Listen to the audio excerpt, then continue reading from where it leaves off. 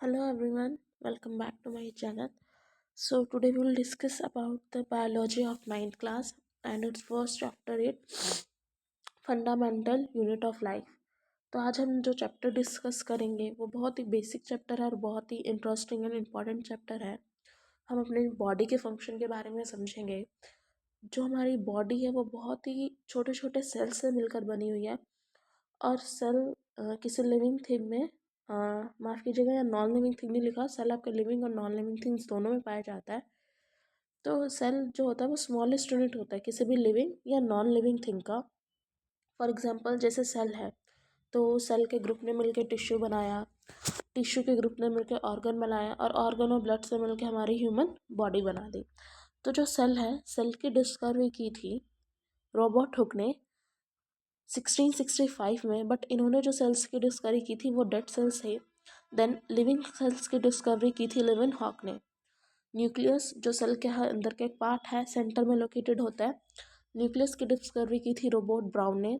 And protoplasm की discovery की थी आपके पुरकिंजे ने। सेल थ्योरी ये दो भाइयों ने दी थी, स्किडन और श्वेन ने, और आगे ही इस थ्योरी को फर्दर एक्सपेंड किया था वर्चो ने। तो ये कुछ साइंटिस्ट के नाम हैं जो आपको याद होने चाहिए ताकि अगर एमसीक्यू फॉर्म में आपसे पूछ ले तो आपको याद रहे।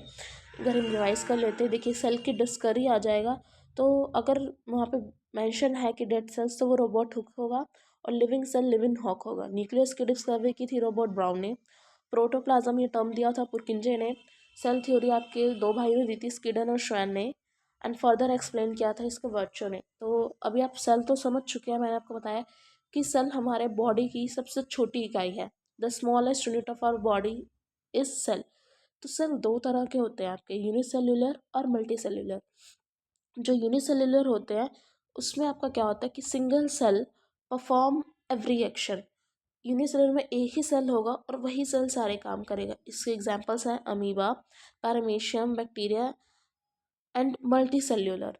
मल्टीसेल्युलर में क्या होता है कि बहुत सारे सेल होंगे और हर सेल के पास अपना अपना एक काम होगा। Fungi, plants and animals. तो आपने देख लिया कि सेल दो तरह के होते हैं, यूनिसेल्युलर और मल्टीसेल्युलर।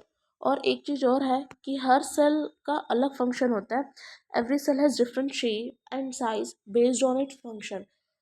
फिक्स नहीं है कि सेल सर्कुलर शेप का होगा, रॉड शेप के हो सकते हैं, सिलेंड्रिकल शेप के हो सकते हैं। तो इनका जो शेप या साइज़ है वो किस पे डिपेंड करेगा कि ये काम कौन सा करते हैं। और सेल के बहुत सारे पार्ट्स हैं जिनको हम सेल ऑर्गेनल्स के नाम से जानते हैं। तो मैं फिर से आपको जितना पढ़ाया एक बार सारा डिटेल में समझा दिया, रिव्यू ले लेते हैं एक बार। हमने सेल के बारे में जाना है।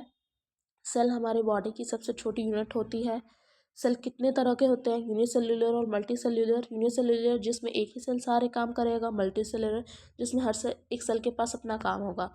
दूसरी बात जो हमने जानी कि सेल का क्या शेप और साइज़ होगी, ये डिपेंड होगा वो काम क्या करता है।